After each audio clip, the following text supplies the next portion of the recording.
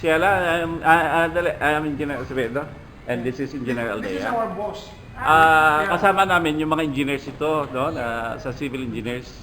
Ano mo lang, ano mo lang kung ano makikita namin, at saka i-mention mo lang lahat yung kung ano nandyan. Yes, po. Ha? Okay, sige. 11. Dito. Pasok. Pasok, kayo. Sige, so habang tinuturo mo, ako kunan ko ng video kasi ipopost ko ito eh. Sige po. Okay, sige. Sige po, pasok po, sir. Okay. Good morning, sir, ma'am. Good morning po. What's your staff? Ito, may dalawang guard pa. Stay po na tayo sa ma'am, sir, good morning po. Welcome po sa Japanese panel. Sir, ma'am, ito nga pala yung Japanese geisha na statue. Yan daw yung geisha po na pag-aaliw ng mga Japanese officials before. Bali, ma'am, sir, yung tunnel po, na-build siya during 1942. Ito daw po yung shelter po or monitoring base, ma'am, ng mga Japanese po in the war. Pero sad kasi lang sabihin, sir, ma'am, the Filipino slaves po ang nag-lead ng tunnel. Kumbaga, under the supervision lang po ng mga Japanese before. So, 1960 naman po, accidentally na-discovered yung tunnel, sir, ma'am, habang ginagawa yung diversion road po ng Davao.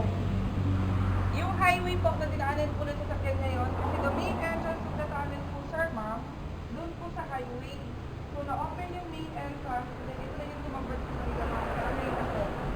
And then, alam niyo po ba, sir, ma'am, na as is pa rin yung shape ng tunnel, wala kami na bago. Except lang po sa pathways and then electricity lines po, sir, ma'am. Yan lang po ang na-improvise ng management. Pero the rest po is original pa talaga siya. And then, alam niyo po ba, sir, ma'am, nung na-open yung tunnel po before, during 1960, meron po silang nakitang treasure. Familiar po ba sa inyo yung treasure na Golden Buddha on Boulevard? Oh, yun. Oo.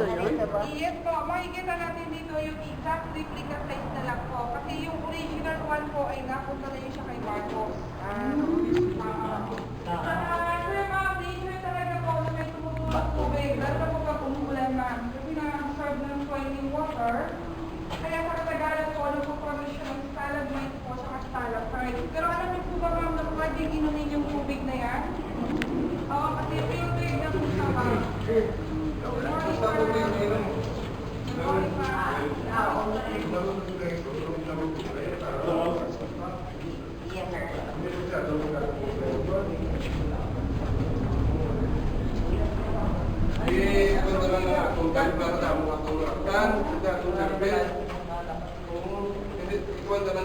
Hindi, madali mo lang ninig, malapit mo lang.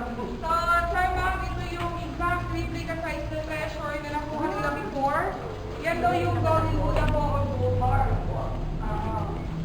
Sir, ma'am, gusto yung picture lahat. Ako na po, para may remember sila kayo. Oh, sige, sige. picture tayo.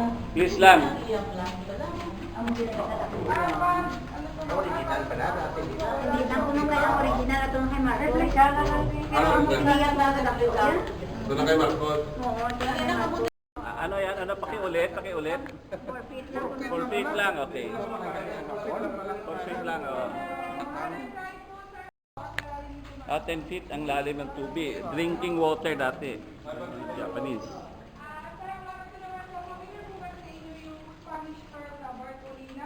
Ito yung Bartolina before na ang pwede po.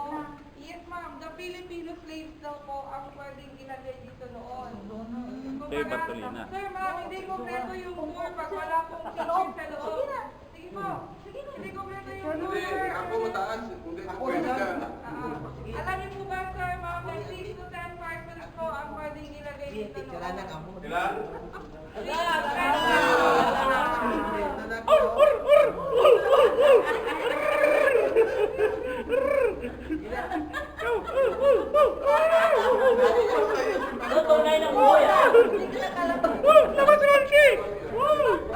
Dalawa, park na po tayo ngayon ng tunnel. Watch your head po, kasi may portion po ng 4 feet lang yung paa.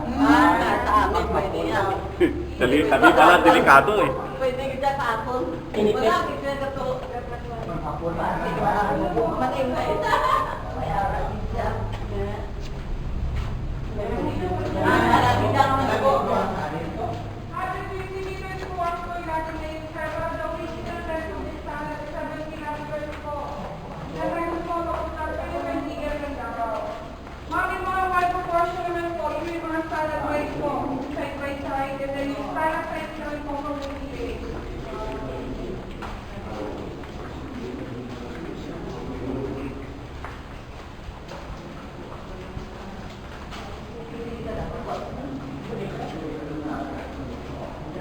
May problema, kamoy sing fanboy sing buga, kamoy na nilo, ari ali buga, tamo.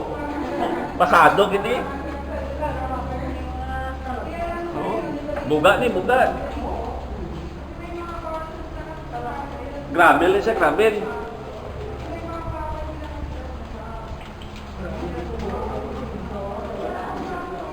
Ano nga ba, sini?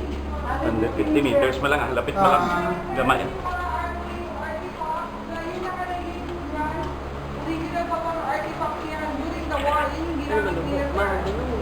Pero yan po ay hindi na siya puputok, so yan na lang po nilagay ng management for ano po, baga safety, ano na rin po, kasi hindi na siya puputok. Pero yung ibang artifacts, yung mga vintage bomb, bayoneta, sinurrender na